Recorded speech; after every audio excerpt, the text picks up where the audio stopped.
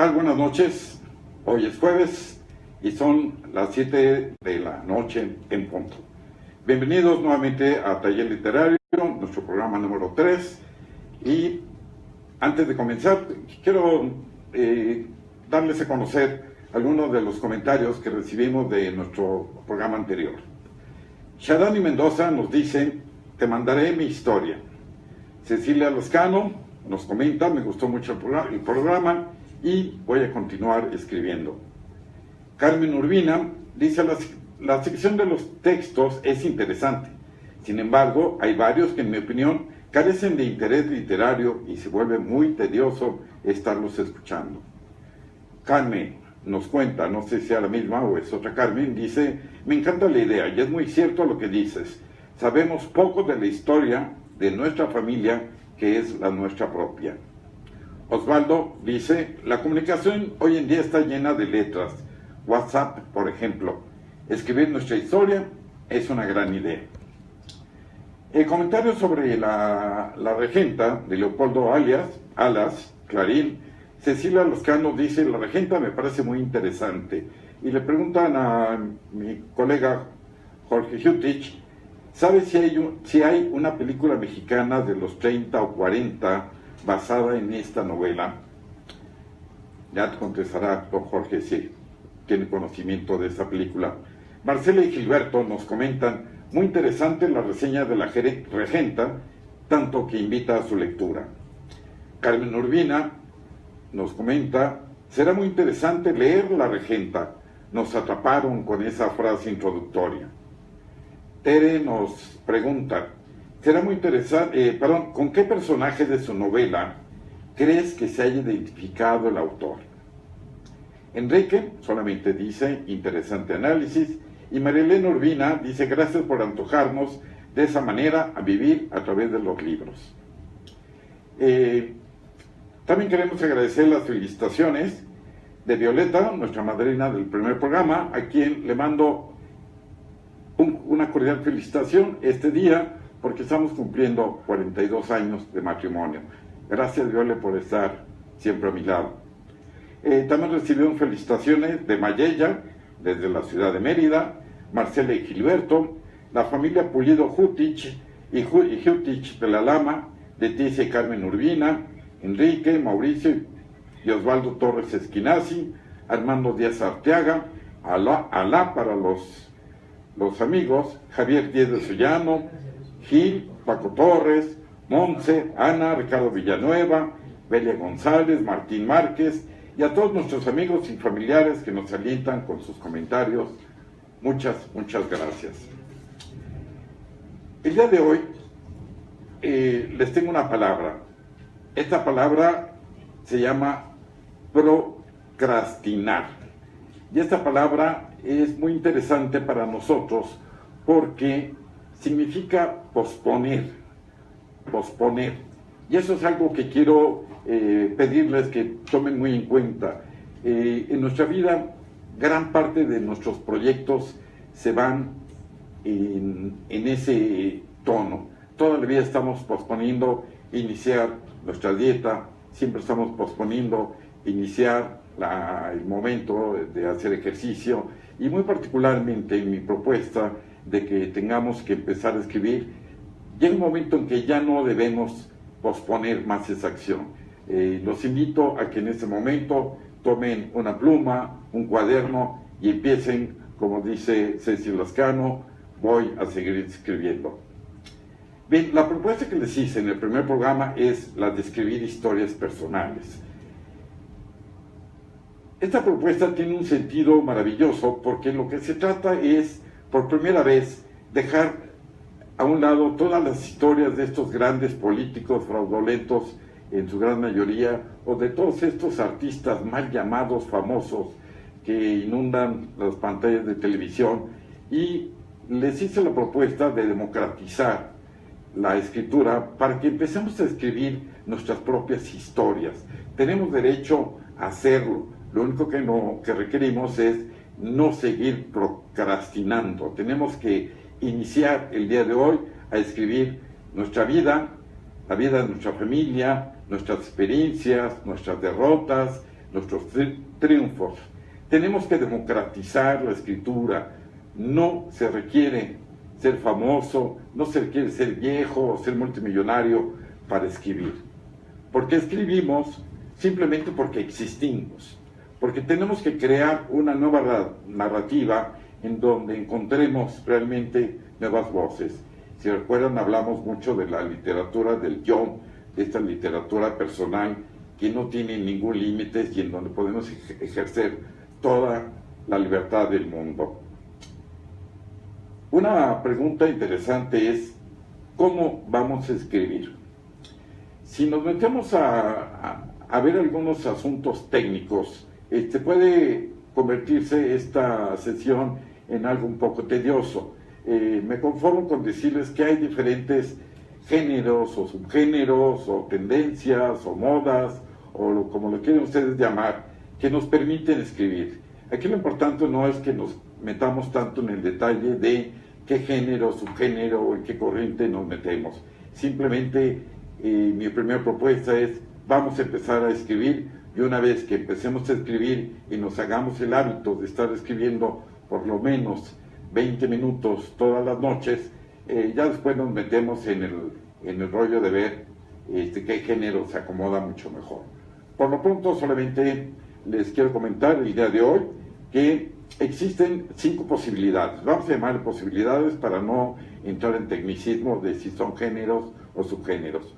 Uno es la crónica, la otra son los diarios, la tercera es las cartas, una cuarta son las memorias y la quinta, la autobiografía. Cualquiera de ellas, sin que nos metamos en problemas, nos permiten escribir nuestra historia, nuestras aventuras personales, la vida de nuestra familia, y podemos ser felices con cada una de ellas. Les voy a platicar qué es la crónica y les voy a poner algunos ejemplos. La crónica, para no entrar en detalles técnicos, simplemente les digo que es algo muy usado en el periodismo. Aquí el autor también puede escribir sobre su vida, puede hablar del nacimiento de un hijo, de la muerte de un ser querido, de un aniversario de bodas, narrar su experiencia durante un viaje, hacer un autorretrato, crear la estampa de un lugar que les haya encantado, las experiencias de cómo fue la fiesta de graduación, todo este tipo de cosas. La crónica, además de que es un género muy libre, finalmente tiene algo de literario y de histórico.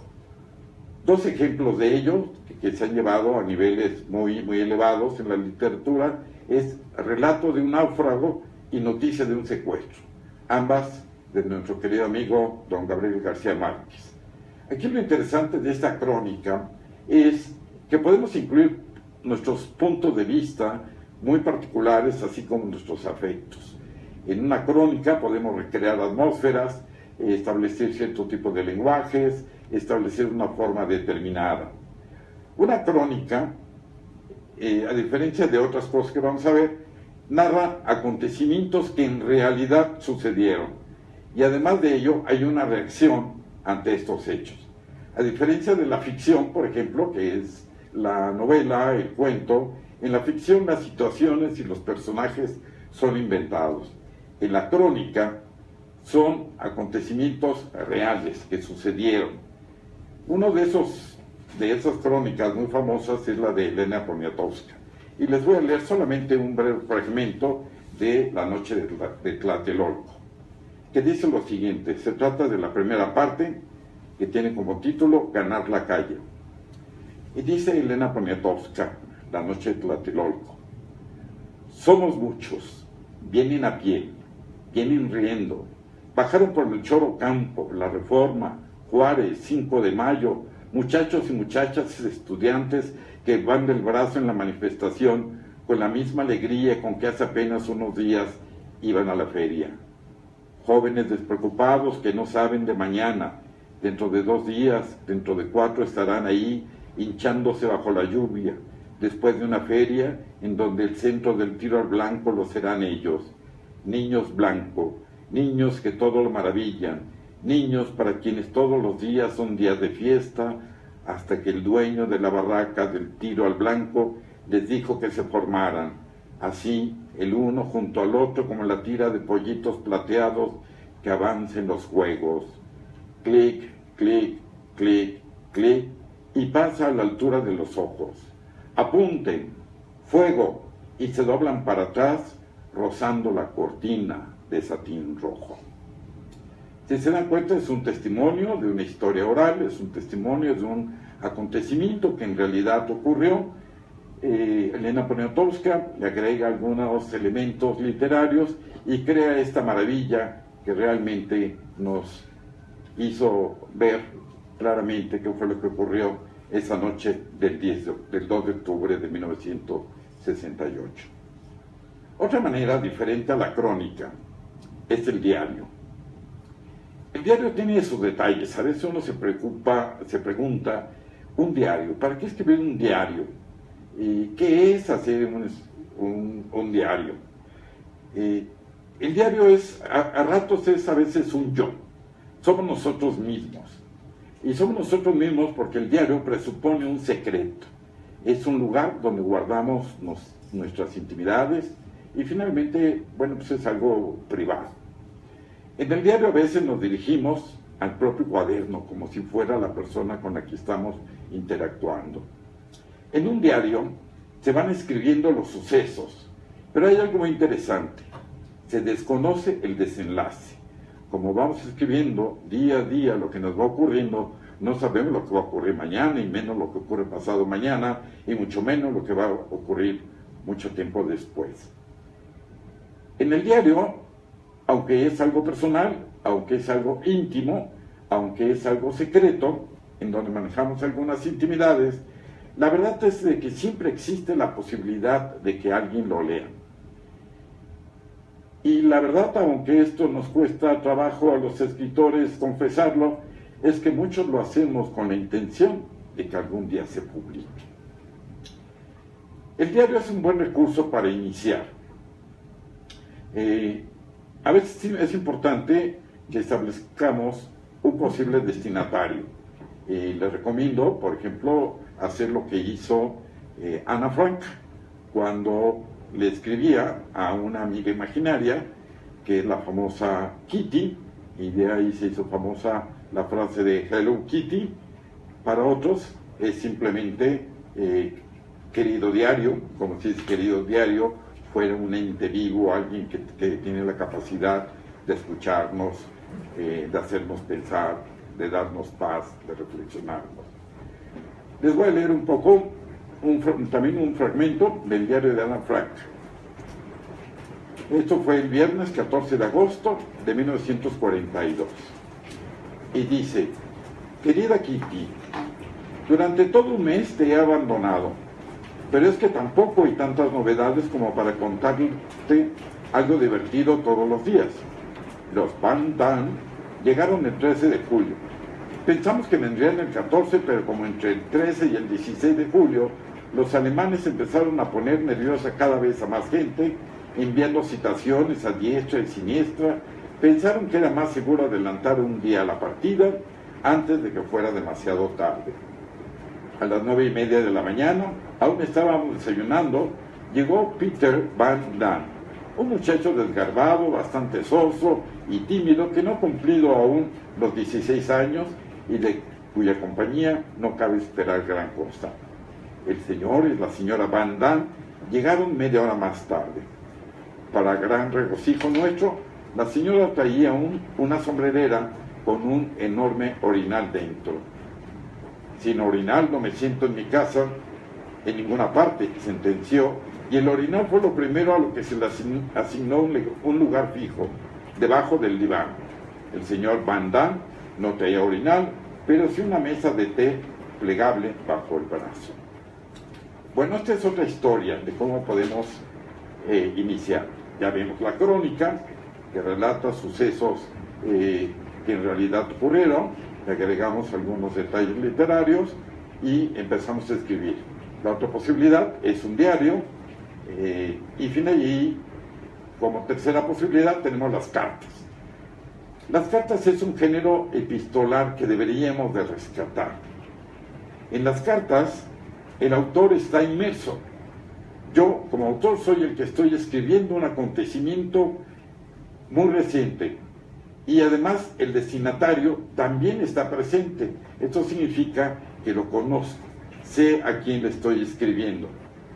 En las cartas son muy interesantes porque ahí utilizamos diferentes tonos según el destinatario, ya sea que le hablemos a nuestros hijos, a nuestra esposa, a nuestros amantes, a nuestros abuelos, y a la larga se conforman una colección. Aquí tengo una selección de una colección de cartas que Juan Rulfo le escribe a Clara su esposa. Y le leo también solamente un fragmento. Esta carta la escribió el 9 de enero de 1945. Y dice, en Guadalajara: Clara, pequeña amiga, tengo entre las joyas de mis parientes un tío muy terco. Yo también soy muy terco, pero él me gana. Que se armó a que lo acompañara. Y la cosa fue tan de repente que no tuve tiempo sino de hacer mi envoltorio y venirme con él. Eso fue el sábado al mediodía. Por tal motivo, estoy suplicándote me perdones el no haberte avisado de mi salida. Me he acordado mucho de ti. Todo el camino me vine, piense y piense que en Guadalajara se había quedado una cosa igual a las cosas esas que andan por el cielo. Y de puro acordarme, venía sonriéndose mi corazón y dando de brincos a cada paso, como si no le cupiera el gusto de saber que tú existes. Debido a eso, no se me hizo largo el camino. Él y yo nos venimos platicando de ti, mi corazón y yo, y él estuvo de acuerdo conmigo en todo. Por ejemplo, yo comencé por decirle que no me merecía ni siquiera que me dirigieras la palabra y mucho menos tenerme por amigo. Entonces él me comentaba, es muy cierto, muy cierto. Si se dan cuenta, es otro estilo. Son las cartas que le escribe Juan Rulfo, a quien después de un tiempo se convierte en su esposa. En este momento apenas se estaban conociendo. Así como les hice la propuesta de empezar a escribir, también quiero hacerles una nueva propuesta. Y esta propuesta consiste en el hecho de crear clubes de destinatarios, clubes de autores, clubes de personas que se escriban cartas. Este pasatiempo puede ser muy, muy interesante porque esto nos ayuda a ir a la papelería, a buscar una buena libreta, a buscar sobre todo hojas de colores, hojas muy elegantes, hojas muy bonitas, comprarnos una pluma Fuente o una excelente pluma, escribir a mano. Carlos Fuentes decía que escribir a mano es escribir con el corazón, dejar un poco de lado este martillar del teclado que a veces es muy frío. Y bueno, pues la idea es hacer un club donde le podamos escribir a los amigos todo lo que nos está ocurriendo, con una condición es de que sea por escrito, que regresemos a este correo formal, ya no se recuerdan cómo se le llama, al que no es correo electrónico, sino es el correo postal. Hacemos la costumbre de escribir cartas. Otra idea es escribir memorias. El problema de las memorias es que ya es un género muy desgastado por los políticos y por los artistas famosos. En ellos se escribe una parte de la vida o solamente una época determinada, por ejemplo, un sexenio. Y las memorias sirven para justificar las acciones o para pretender corregir algunas partes de la historia. Aunque no de todo modo, no todo es malo, muchos autores siguen escribiendo memorias, y en este caso tengo una selección, también un párrafo muy breve, de un mago de la memoria, que es Gabriel García Márquez, que escribe su libro Vivir para contarla. Y él dice, como preámbulo, la vida no es la que uno vivió, sino la que uno recuerda y cómo la recuerda para contarla. Y les leo solamente un pequeño párrafo de la página número 1. Y dice García Márquez en sus memorias: mi madre me pidió que la acompañara a vender la casa. Había llegado a Barranquilla esa mañana desde el pueblo distante donde vivía la familia y no tenía la menor idea de cómo encontrarme. Preguntando por aquí y por allá entre los conocidos, le indicaron que me buscara en la librería Mundo o en los cafés vecinos, donde iba 2 veces al día a conversar con mis amigos escritores. El que se lo dijo le advirtió: vaya con cuidado, porque son locos de remate. Llegó a las 2 en punto. Se abrió paso con su andar ligero por entre las mesas de libros en exhibición. Se me plantó enfrente, mirándome a los ojos con la sonrisa pícara de sus días mejores, y antes que yo pudiera reaccionar, me dijo: soy tu madre. Bueno, pues esta es la memoria Vivir para contarla de García Márquez, y solamente me queda hacerles una nueva propuesta. ¿Por qué no escribimos una memoria, un grupo de amigos? Si esta memoria tuviera la posibilidad de contar con 20 capítulos y fuéramos 20 amigos, ¿por qué no le pedimos a cada uno de ellos que escriba cada quien una parte? Esta memoria la podemos escribir utilizando solamente una parte del tiempo, algún evento en especial, y pedirle a cada amigo o a cada uno de los hermanos que escriba un capítulo. En mi caso somos 9 hermanos, y les voy a pedir a cada uno de ellos, a los 8 restantes, que escriban una parte de lo que ha sido nuestra historia completa. Vamos a pedirles que escriban solamente un fragmento, pero que participen todos, y esto nos va a servir para reunirnos a conversar y ser felices durante su lectura. Bueno, finalmente les quiero comentar sobre la autobiografía. La autobiografía, a diferencia de las otras opciones que vimos, narra acontecimientos a distancia, existe una visión panorámica, comprende, a diferencia de las cartas y del diario, aquí sí sabemos cómo se inició algo y también sabemos cómo terminó. Se dice que la autobiografía narra sucesos desapasionados, porque ya pasó, entonces ya no escribimos con la misma pasión que escribimos una carta o escribimos en nuestro diario. Una buena manera de empezar a escribir una autobiografía es iniciar con una dedicatoria. Esto nos puede dar una idea de qué es lo que queremos escribir. Hay autobiografías que empiezan con la frase de "a todas las mujeres de México", y eso nos da una idea de qué piensa escribir.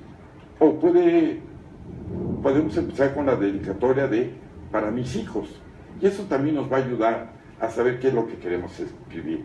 O otra dedicatoria a quienes han sufrido tal situación o enfermedad. Son ideas solamente para que tomemos esa pluma y empecemos a escribir.